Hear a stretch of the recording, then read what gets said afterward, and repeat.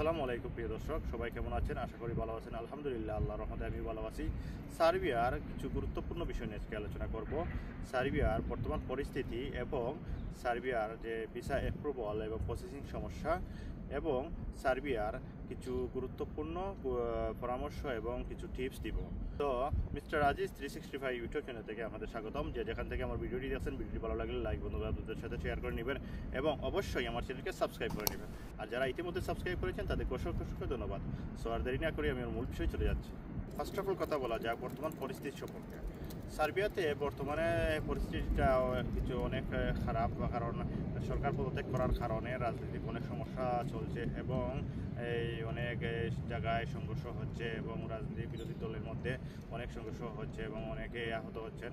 তো সেক্ষেত্রে সার্বিয়াতে এখন যারা আবেদন করবেন তাদেরকে আমি বলছি একটু সার্বিয়ার কাজকর্ম একটু দৃঢ়গতিতে চলছে, কারণ সার্বিয়ার যে এখন ফরেন মিনিস্ট্রি এবং ইমিগ্রেশন এবং এমবেসিগুলোতে অনেক ক্ষেত্রে অনেক সমস্যার সম্মুখীন, দেশের সমস্যার কারণে দেশের অনেক অফিস আদালত এবং অনেক দপ্তর বন্ধ আছে।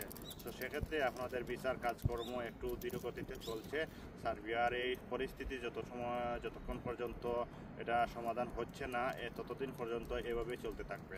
সো যারা এই সার্বিয়ার জন্য অ্যাপ্লাই করেছেন ভিসার জন্য বা এই এমবেসিতে পাসপোর্ট জমা দিয়েছেন স্টিকার ভিসা পাওয়ার জন্য, সো তাদের ভিসাটা একটু লেট হবে আসতে এবং পারমিটের জন্য যারা আবেদন করেছেন তাদেরও পারমিট আসতে একটু লেট হবে, কারণ দেশে এখন অনেক বিশৃঙ্খলা সৃষ্টি হয়েছে। সো সেক্ষেত্রে আপনারা এই বিভ্রান্ত হবেন না এবং চিন্তা করবেন না যে আপনার পারমিটটা আসছে না বা সার্বিয়াতে আপনি আসতে পারবেন না।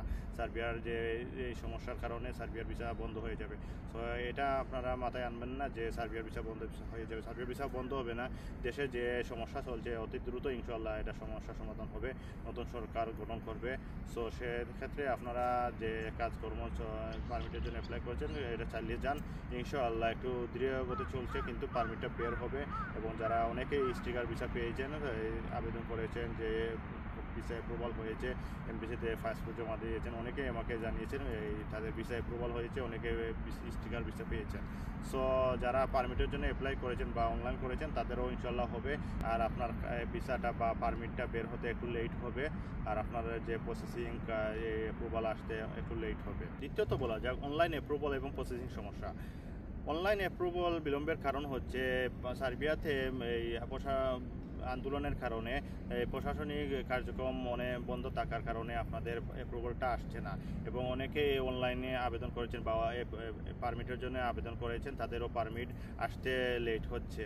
সো এই দেশের যে প্রবলেমের কারণে দেশটিতে আপনার কার্যক্রম বা প্রশাসনিক যে কার্যক্রম আছে বন্ধ থাকার কারণে আপনাদের এই সমস্যা হচ্ছে।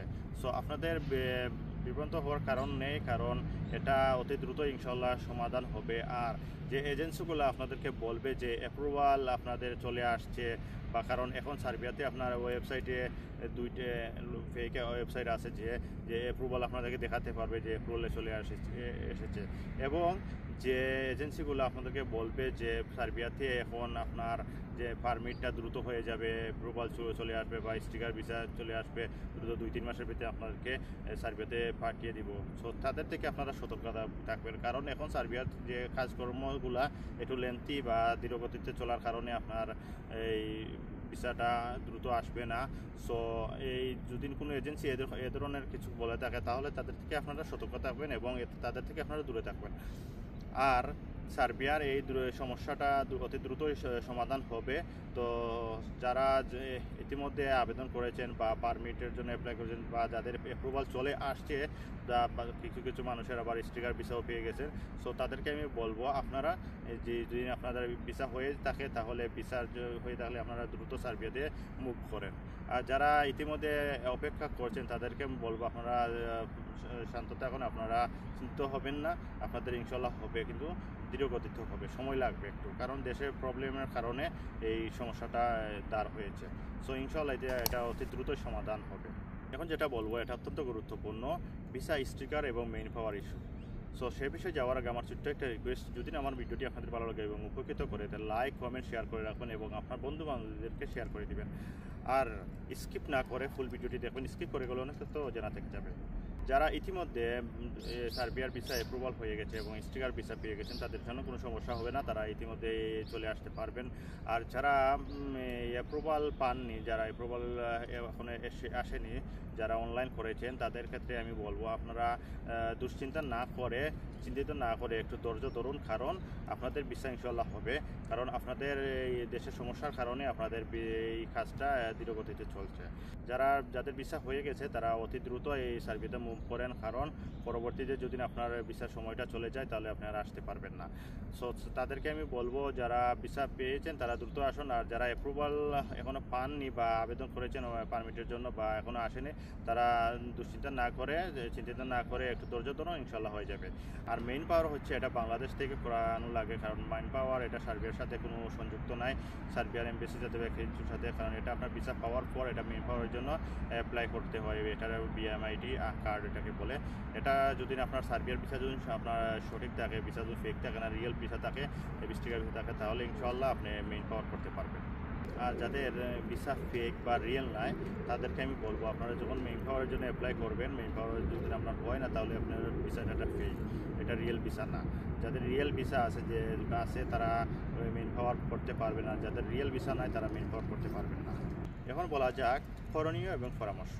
যারা ইতিমধ্যে আপনারা সার্বিয়ার জন্য আবেদন করেছেন তাদের যদি 3 মাস 4 মাস 5 মাস হয়ে যায় এখনও কোনো কিছু রেজাল্ট আসে না, তাদেরকে আমি বলবো আপনারা যাদের কাছ থেকে ফাইল দিয়েছেন এজেন্সির কাছে তাদের কাছ থেকে এটা ক্যান্সেল করে আবার নতুন করে আবেদন করতে হবে।